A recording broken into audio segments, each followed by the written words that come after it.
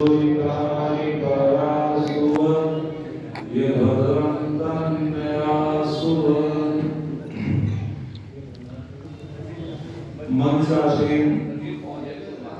आदि जगत के वेदों की प्रकार पंडित आचार्य योगेश जी, नरेंद्र आदि जी,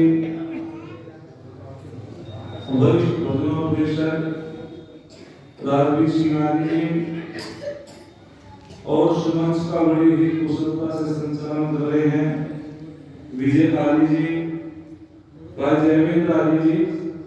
मैं सभी का जानशकारी समाज की ओर से स्वागत करता हूं, क्योंकि समय के अंतर्गत अपनी थोड़ी सी बात कहनी है, तो सभी का स्वागत, अभिनंदन है। बहुत ही सुंदर चर्चाएं अभी महपाल आदि जी के माध्यम से आप श्रवण कर रहे थे। थोड़ा शांति का काम नहीं, आपस में वार्तालाप करोगे तो पता नहीं चलेगा। और उन्होंने कहा कि मानव का चोला जो मिला है शुभ कर्म करने के लिए मिला है। वास्तविक हमें चिंतन करना चाहिए, और यदि हम अपने इस मानव चोले की सार्थकता को नहीं समझेंगे कि किस लिए हम आए हैं, क्या करने के लिए आए हैं, तो हम अभागे हैं। एक मंत्र के माध्यम से मैं अपनी बात करना चाहता हूं। यजुर्वेद का एक मंत्र, और उसमें कहा गया एक ब्रह्मचारी ऋषियों से शंका का समाधान करता है और ऋषियों को उत्तर देते हैं। तो वे कहते हैं कि मंत्र के माध्यम से कस्वा युक्ति सैत्वा युक्ति कस्मै क्वयंति तस्मै क्वयंति कर्मणे वा वैसाय वा। तो ब्रह्मचारी कहता है कि हे ऋषियों, मैं पूछना चाहता हूं कि इस आत्मा और शरीर को एक जगह नियुक्त करने वाली शक्ति कौन है? हाँ जी, शरीर और आत्मा को एक जगह जोड़ने वाली शक्ति कौन है? उसको बोला करो ईश्वर। तो ऋषि ने उत्तर दिया कि शरीर और आत्मा को एक जगह जो नियुक्त किया है, जोड़ा है, वो ब्रह्मपिता परमात्मा है। फिर दूसरा प्रश्न ब्रह्मचारी ने रखा, बोले कि किस प्रयोजन के लिए? यानी कि उन्होंने कहा कि ब्रह्मपिता परमात्मा है तो जो गया सैत्वमुक्ति, फिर कहा तस्मै त्वमुक्ति, किस प्रयोजन के लिए? तो फिर ऋषि उत्तर दे रहे हैं तस्मै त्वमुक्ति, ब्रह्मपिता परमात्मा को प्राप्त करने के लिए, धर्म अर्थ काम मोक्ष के लिए। ब्रह्मपिता परमात्मा को प्राप्त करने के लिए, धर्म अर्थ काम मोक्ष के लिए, प्रकृति को जानने के लिए, अपनी आत्मा को जानने के लिए। और फिर आगे कहा कि उस परमात्मा को प्राप्त कैसे करेंगे? तो उन्होंने कहा कि कर्मणे वाम वैसाय वाम, ज्ञान कर्म उपासना के माध्यम से। हाँ जी, ज्ञान कर्म उपासना के माध्यम से। जब तक शुद्ध ज्ञान नहीं होगा, शुद्ध उपासना नहीं होगी, तब तक हम परमपिता परमात्मा का साक्षात्कार बोलो नहीं कर सकते। ज्ञान भी 4 प्रकार का होता है, और याद रखना, पहला मिथ्या ज्ञान, उसको शाब्दिक ज्ञान भी कहते हैं। मिथ्या ज्ञान, संस्यात्मक ज्ञान, भ्रमात्मक ज्ञान और तत्व ज्ञान। जब तक व्यक्ति ये सब भय प्राप्त कराने वाले होते हैं, छोड़ करके तत्व ज्ञान को, जब तक तत्व ज्ञान या निश्चयात्मक ज्ञान नहीं होता, वो व्यक्ति भयभीत रहता है, भ्रमित रहता है, अपने लक्ष्य से भटक जाता है।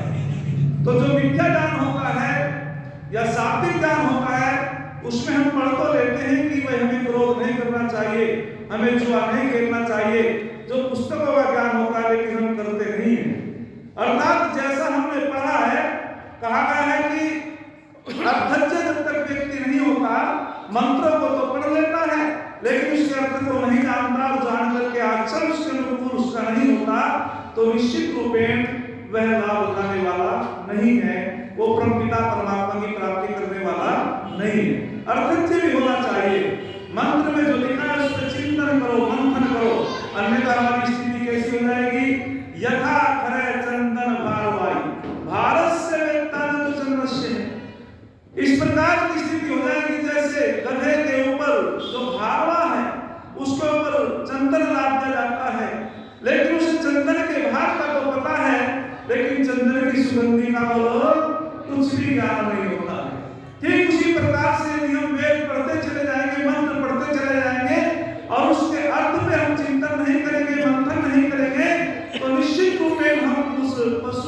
भांति भार ढोते फिरेंगे और हम अभागे हैं, हम परमपिता परमात्मा का सानिध्य प्राप्त नहीं कर सकते। तो फिर दूसरा बताया संस्यात्मक ज्ञान। संस्यात्मक ज्ञान जब होता है, मन के अंदर कई विचार उत्पन्न हो जाते हैं। कभी कभी मन के अंदर ये विचार आ जाते हैं कि परमात्मा है या नहीं, क्या हमारा पुनर्जन्म भी होगा या नहीं, क्या हम जो शुभ शुभ कर्म करके इसका फल मिलेगा या नहीं मिलेगा। जब इस प्रकार से व्यक्ति संशयात्मक हो जाता है, उसके अंदर संशय हो जाते हैं, कई विचार मन के अंदर आ जाते हैं, तो वो व्यक्ति भी जो है भ्रमित हो जाता है, अपने लक्ष्य से भटक जाता है, उसको वो भय की तरफ जाता है, अविद्या की तरफ जाता है, पतन की तरफ जाता है। और फिर कहा भ्रमात्मक ज्ञान। जब भ्रम हो जाता है व्यक्ति पहले अपने लक्ष्य से भटक जाता है। भ्रम कब होता है? जब कुछ ज्ञान होता है और कुछ अज्ञान होता है। आचार्य जी, जब कुछ ज्ञान होता है, कुछ अज्ञान होता है, कुछ प्रकाश होता है, कुछ अंधेरा होता है, ऐसी स्थिति में व्यक्ति भ्रमित हो जाता है। पड़ी तो रस्सी और समझ लेता है सांप। अरे ये तो सांप है। लेकिन जब प्रकाश की व्यवस्था होती है, अरे मैं तो रस्सी भ्रमित हो गया था, भयभीत हो गया था, ये तो रस्सी पड़ी थी लेकिन मैं सांप समझ बैठा।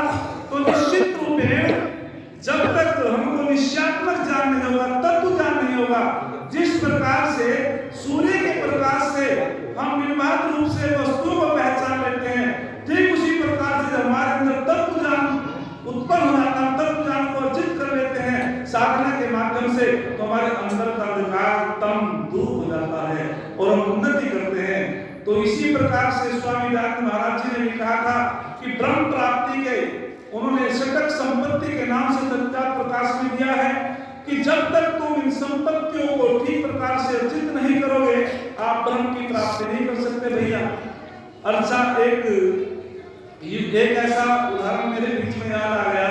यहाँ भ्रमित हुए लोग ठीक प्रकार से ब्रह्म की उपासना नहीं कर पाए, ब्रह्म को नहीं समझ पाए कि ब्रह्म क्या है, कैसे उसकी उपासना होगी।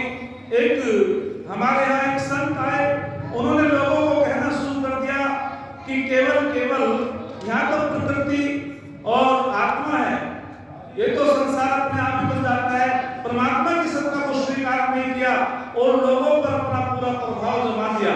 लेकिन कुछ समय के बाद फिर एक बहुत ही छोटी आयु के एक संत ऋषि आए और वास्तविक संस्कृत के अद्भुत विद्वान, और उन्होंने जो है, जब हमारे यहाँ जैन धर्म बौद्ध धर्म का पूरा प्रचार प्रसार फैल गया था और नंगी मूर्तियों को उन्होंने पूजवाना शुरू कर दिया था, तो उस समय में जगत गुरु शंकराचार्य जी आए और उन्होंने जो है उन शास्त्रार्थ करके महाराजा सुधन्वा के पास जाकर के, जो सुधन्वा संस्कृत भी जानता था, वो जैन मत से प्रभावित हो चुका था, लेकिन जगत गुरु शंकराचार्य ने वहां कहा कि मैं जैन पंडितों से शास्त्रार्थ करना चाहता हूं, यदि वे उसमें जीत गए, उनकी विजय हुई, तो मैं भी जैन मत को स्वीकार कर लूंगा, और यदि वे पराजित हो गए तो उनको वेद मत स्वीकार करना पड़ेगा। तो उन्होंने लेकिन एक संस्कृत के अद्भुत विद्वान अपने तर्कों के माध्यम से उनको पराजित भी कर दिया, लेकिन उन्होंने भी एक बात कह दी, ब्रह्म सत्यम जगन मिथ्या। उन्होंने कहा कि केवल ब्रह्म ही सत्य है, ये तो संसार स्वप्न है। जैसे स्वप्न में कभी कभी राजा बन जाता है, जब स्वप्न आंख खुल जाती है, नींद टूट जाती है, तो वो फिर कुछ भी नहीं रहता है। तो जगत गुरु शंकराचार्य ने कहा ये तो संसार केवल जगत, ये तो मिथ्या है, स्वप्न है, केवल ब्रह्म ही सत्य है। उन्होंने परमात्मा को स्वीकार किया, उन्होंने जो है आत्मा को और प्रकृति को यानी कि संसार को स्वप्न रूप मान लिया। तो वहां भी एक प्रकार से त्रेतवाद की बात उन्होंने नहीं कही।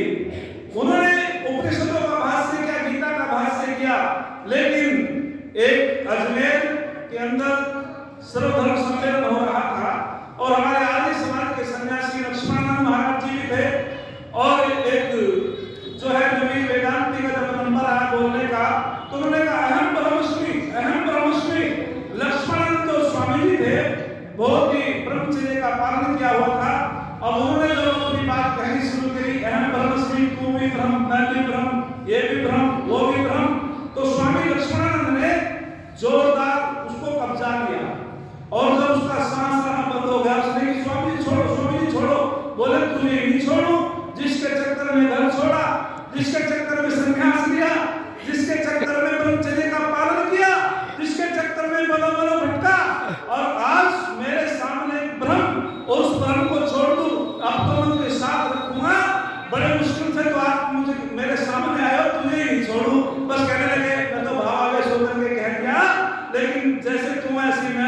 मेरी गलती हो गई, ब्रह्म तो ब्रह्म है। इस प्रकार से संसार में फिर कहना शुरू कर दिया कि केवल ब्रह्म सत्य है। लेकिन कुछ समय बाद फिर एक ऐसे महान आत्मा का प्रादुर्भाव हुआ जिन्होंने कह दिया था डंके की चोट पर कि ब्रह्म भी सत्य है, प्रकृति भी सत्य है, आत्मा भी सत्य है। और उन्होंने आकर के लोगों को समझा दिया था कि पिता परमात्मा का जो स्वरूप है वो सच्चिदानंद स्वरूप है। और उन्होंने ऐसा सिद्धांत दिया, लोगों को समझाया कि प्रकृति में सत्गुण है, वो चेतन नहीं है, ना उसमें आनंद है। जीवात्मा में वो सत्य भी है, चेतन भी है, लेकिन पिता परमात्मा सत्य भी है, चेतन भी है, आनंद स्वरूप है। ये सिद्धांत किसने दिया था? महर्षि स्वामी दयानंद ने दिया था। ये विषय तो समय के अंदर समझाने के होते हैं, लेकिन मैं अपने अतिक्रमण करने की मुझे आवश्यकता नहीं। ऐसे विषयों के लिए या तो बुलवाया ना करो, क्योंकि इसका एक बड़ा तारतम्य टूट जाता है। व्यक्ति का वो इधर का रहता है, इधर का। इससे तो हम सुनेंगे योगेश जी को सुनना है, जब भी समय दिया करो तो कम से कम 20-25 मिनट का दे दिया करो। हमें बड़ी तड़पण सी होती है, क्योंकि बड़ी मेहनत करके बोलता है व्यक्ति। भूमिका जमान ये पड़ती है, रात्रि में हम भी चिंतन करते हैं। आइए मैं अधिक ना बोलते हुए इतना कहना चाहता हूँ कि परमपिता परमात्मा का मुख्य नाम ओम है। हम सभी ओम की उपासना करें और उसका ज्ञान वेद है, और वेद ज्ञान निर्भ्रांत है। अनंत हुए वेदा, जैसे परमपिता परमात्मा अनंत है, उसका ज्ञान भी अनंत है। एक छंद कह करके अपनी वाणी को विराम देता हूँ। किसी ने बड़ा सुंदर लिखा है, पावक की लपटों में दबकर सोना कुंदन बन जाता है, पावक की लपटों में दबकर सोना कुंदन बन जाता है, भाव शुद्ध हो तो छोटा सा धागा रक्षा बंधन बन जाता है, संघर्षों की भट्टी में तपना छोटा कोई काम नहीं, क्या वो साधना से मानव माथे का चंदन बन जाता है, क्या वो साधना से मानव माथे का चंदन बन जाता है। अभी योगेश्वर जी का और हमारा कार्यक्रम था नगीना 8 दिन में, भराता जी योगेश जी का ध्यान आकर्षित होगा। यदि 8 दिन में 3 प्रवचन एक दिन में करने हो, कितने प्रवचन बोलने पड़ेंगे? 8 दिन में, एक दिन में 3 24। क्या एक दिन में 24 ही प्रवचन बोलता रहूंगा? सुना कोई दूसरे दिन? कुछ हमारे आगे बंधु क्या करते हैं, अभी वो तो वहाँ बोलना वही, अरे भैया तुम बड़े हो, तुम्हारे बालक हो, हमारा उत्साहवर्धन करो, हम पे कोई फर्क पड़ने वाला नहीं। और नवी बात हम कह भी नहीं सकते, जो ऋषियों की बात वही तो कहेंगे। यदि इस दुनिया के अंदर कोई नई बात बता दे तो मैं जानूं, वेद से अलग होकर के कोई बात करते मैं जानूं। हम ऋषियों को पढ़ करके ऋषियों की बात बोलते हैं, हमारी कोई अपनी साधना नहीं होती। लेकिन 8 दिन एक प्रवचन को 8 दिन तो बोल नहीं सकता, आदमी दूसरे में हटा देगा, अभी तो तुम बोल रहे थे। तो उत्साहवर्धन क्या करो, और बच्चों का, अपने छोटे भाइयों को ज्यादा क्या करो, क्योंकि नौजवान पहले तो आ ही नहीं रहे, और जो आ रहे हैं उनका उत्साह तोड़ दो, तो आगे समाज में भी कमी आई। तो हम सभी को इस चिंतन करना चाहिए, चिंतन करना चाहिए। आप लोगों का बहुत बहुत धन्यवाद।